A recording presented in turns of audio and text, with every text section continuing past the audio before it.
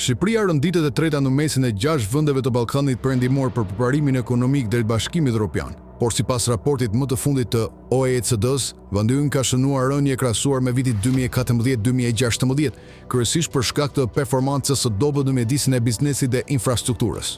Sipas raportit të publikuar në vitin 2025, Shqipëria rënditet e fundit në rajon për infrastrukturën dhe lidhshmëritë ku rrugët, hekurullat dhe rrjetet digjitale mbeten të pazhvilluara. Edhe transformimi digital vlerësohet i dobët, me popullatën që ka nivele të ulta të aftësive teknologjike për përdorimin të kufizuar të shërbimeve publike online. Në fushën e aftësive, vendi ynë ka shënuar përparim të moderuar, veçanërisht në punësim dhe arsim, por mbetet prapa në kërkim dhe zhvillim. Mjedisi i biznesit është një tjetër pikë e dobët në mungesë investimesh private dhe nivele të larta të punës informale.